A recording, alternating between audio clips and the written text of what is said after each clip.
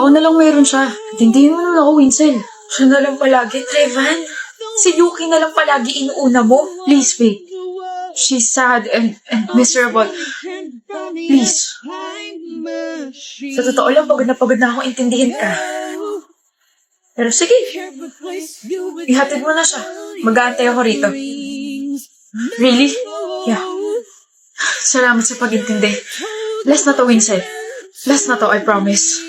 Siguraduhin mo lang dahil nangangailangan din ako ng pagmamahal mo. Babalik ako.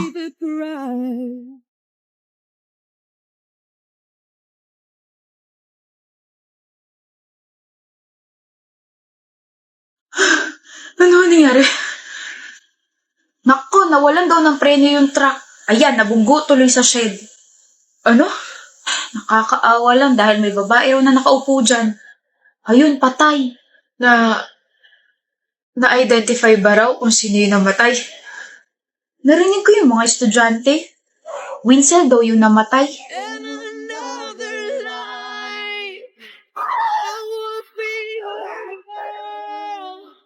We keep on promises, be us against the world. Gawin natin yung pop ni Nayon. Yung ganon. Turuan naman kati. Ayoko, Jayla, hindi ako mahilig sa ganyan. Ayaw mo talaga, Craig? Ayoko. Okay.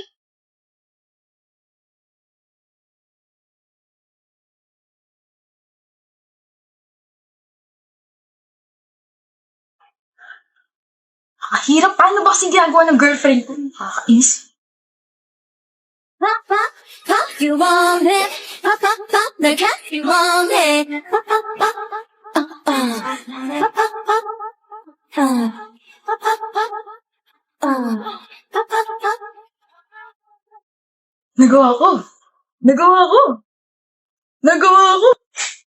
Nagawa ko. Kanina ka pa dyan? Akala ko ba ayaw mo at hindi ka mahilig sa ganyan? Di ako matiis. Mahal mo talaga ako, no? Malamang mahal kita. Tsaka sasamahan kita sa gusto mo. Kaya halika na, gawin na natin yung pop-up ng bias mo. Pop lang, hindi pop-up, Craig. Ano yan, paputok? Whatever. Hulaan ko. Ikaw yung kadit ko ngayon, no? Chesha? Kurt, right? Natumpak mo. Galing mo, ah. Paano mo nalaman? Siguro nakakabasa ka ng isip, no? Basahin mo nga yung isip ko. Sabi ng isip mo, umupo ka na nga, Chesha, at nangangalay ang bata ko sa'yo. Oh, so tama nga sila. Ha? Palaging tama ang mga babae kasi may tama ka. Haha, so funny. Alam ko, nasa resume ko kasi yan. Like, isa sa mga skills ko ang nakakatawa. Really? Ano ina-applyan mo? Comedian. Dahan-dahan naman sa pagtawat, baka iuwi mo na ako niyan, ha? Oh my gosh, shut up. Nasa noisy ako palagi ng bata, o kaya hindi gagana sa akin yan. Sabi nga ni mama ko, okay lang na dumaldal ako ng dumaldal kahit mali yung mga sinasabi ko. Ayun, bagsak ako lagi sa recitation. So mali mo pala na-apply sinabi ng mama mo. Pero buti nagka-time ka dito sa getting to know each other date natin, no? Kasi, busy ka, di ba? Well, it's Saturday. Hindi ka kasama sa world tour? World tour? Hindi ka na-inform or inalis ka sa list of songs ni Bruno Mars? Yung, Chesha, that is what you are. Pleasure yon, Kurt. Nabago na? Okay, fine. Honestly, you're funny and smooth. But, Anong but? siguro sa Tagalog puwet. Yung mga ganyan kasing compliments, may mga kasamang buts. Okay. Yeah, may but na. Kurt, you're funny and smooth, but there's no but in this compliment. I find you interesting. I wanna know you more. Oh, mas smooth ka pa sa akin eh. Walang yan. Wala eh. Hindi naman lahat may skill na smooth talker, di ba? Na-back to you mo ko ron, ah. What is the meaning of this? Excuse me? Kurt, what the hell is this? Sino to? Kaya pala hindi ka nagre-reply sa mga messages ko kasi may babae ka. I'm sorry, I'm lost. May girlfriend ka, Kurt? Pero nandito ka sa date natin. Huwag kang sumabat at baka anong magawa ko sa'yo. Sorry. Tama nga yung kutob ko. may babae ka. Hindi pa kami magkarelasyon. Hindi pa? So may plano ka? I think I should go. I'm so sorry, okay? I'm sorry, miss. I didn't know about your relationship with him. Hindi ko alam na may girlfriend siya. Dapat nag-triple check ako. I'm so sorry. I deserve a slap. I mean, he also deserves a slap, but I'm so sorry. Ate, tigil mo nga yan. Wow, panira ka talaga, Kurt. Huh? Ate? Wish. Hi, I'm Kat. Sister at itong pangit na to. Sorry, natakot ba kita? Um, may- hindi naman. Seryoso talaga? Hindi ka talaga niya girlfriend? Hindi nga. Eh di sana nasa bunutan kita. Single ka ba talaga? Natakot nga kita. Pasensya na. Gusto ko lang talaga ma-witness yung first ever blind date ng kapatid ko. You got me there. Wala naman kasi tong alam sa relasyon. Ikaw yung first ever girlfriend niya. Ate, hindi pa nga kami. So, magiging kayo pala. Ikaw bro, ha? Anyway, anong pangalan mo, sister-in-law? I'm Chesha po. Buti nandito ka. May world tour kasi si Bruno Mars. Na-joke ko na yan, ate Kat. Corny naman. Sana makabanding kita soon. Alam mo, never pumalit itong nararamdaman ko. Like, I know you're the one. You're the one for him. You'll be my sister-in-law. Uy, hindi kita pinapressure, ha? Hindi ko kayo pinapressure, pero i-work niyo yan, okay? Bye! Lovebirds! Wow. Magkapatid nga kayo. Chesha, I'm so sorry about that. I'm sorry about my sister. May ganun talaga yun sa utak. Sorry. I hope may next date pa tayo. When ka free ulit? Bukas! Then see you again tomorrow, Kurt. That's it na? Okay, order na tayo. Bumabanat ako. Banat? Alin doon? Nakaka-stress kang kausap, no? Sabi nga rin nila.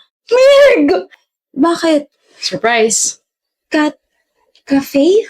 Mahilig ka sa puso, di ba? Naalala ko kasi kung paano mo ipet yung stray cat na malapit sa school natin. So, ayun. Dito tayo mag-uusap, tsaka dito natin tatapusin yung paper. I'm so sorry, Primo, pero I have to do this. Forget the paper muna, okay? Makikisaya muna ako ngayon sa mga pusa.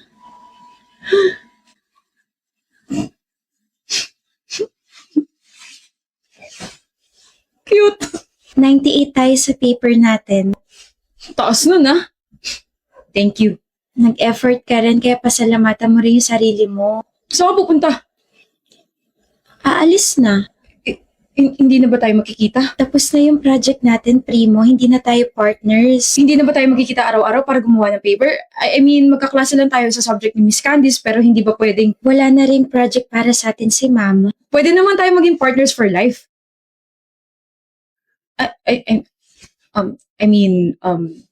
Partners for life.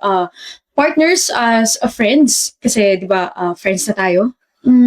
Medyo nakakahiyang itanong to, pero kasi na-observe ko na parang iba na yung trato mo sa akin, tsaka parang iba ka na.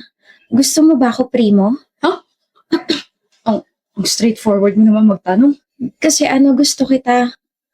Medyo confused pa nga ako kasi sabi ko, crush kita dahil hindi ka na nalilate. Pero days later, ikaw na naman yung bukang bibig ko sa best friend ko. Tapos sabi ng best friend ko, isipin ko raw kung ano yung mga nagbago sa akin simula na nakilala kita. Doon ko raw malalaman kung gusto kita or hindi. Kapag may ibang tumatawag sa akin na Meg, naiinis ako kasi hindi naman ikaw yun. Tapos gusto kitang titigan lagi kasi ang gwapo mo. Nakukitan ako sa'yo kapag naiinis ka kasi ganito yung noo mo. Tapos, nagets ko na yung banat mo na may ganda ako. Late pero kinilig ako. Nakabahan ako kapag malapit ka, lalo na kapag natatabig mo yung kamay ko, nahahawakan mo yung balikat ko kapag mabagal ako maglakad, tsaka kinakabahan ako kapag nilalapit mo yung mukha mo. Gusto rin kita kasi kahit mayabang ka magsalita, super soft ng puso mo lalo na sa mga animals. Kahit din sinasabi ng iba na masyado kang maangas, nakikita ko na parang that's only your wall to defend yourself, pero mabait ka, Primo. Pag nakikita tsaka nakakausap kita, para akong hindi makahinga. Kaya nagpa-check ako sa best friend ko tapos sabi niya love signs daw, pero di pa kita love. Gusto pa lang kita pero gusto kitang yayain sa date. Bago lang sa akin lahat to, pero gusto kita primo. Ako dapat unang magko-confess, inunahan mo naman ako. Napaka-bida-bida mo, no? Nakaka-stress ka talagang kausap. Gusto kita. Hindi. Mas, gusto kita. Hindi pwedeng mas nakakalamang ka kaysa sa akin. Okay? Gusto kita kasi ang lovable mo as a person. Kahit nakakainis at nakakaita kang kausap kasi ang slow mo, I can't deny the fact na I love talking to you. Meg, you make my heart laugh. Napaka-pure ng soul mo, napaka-pure ng ngiti mo, napaka-pure ng mga mata mo. Hindi ko in-expect na ganito ako magko-confess kasi nag-practice na ako eh. Gusto kita, Meg. Meg, I like you. Maangas ako pero pagdating sa'yo, tumitiklop ako. Gusto kita, Meg. Ang corny. Pero ayun, inunahan mo kasi ako eh. Ayoko sa masyadong mabait kasi nakaka-irritate, but you are an exception, Meg. Kaya ayoko lang matapos sa thank you for being my partner sa project na to, yung conversation nating dalawa. Usap pa tayo. Yung mga gusto at ayaw natin sa buhay, yung mga pangarap natin, yung mga nakaka-stress na pangyayari sa buhay natin. Gusto ko yon. Kasi gusto kita primo. Nakakabaliw kang babae ka. Ganda mo, kainis.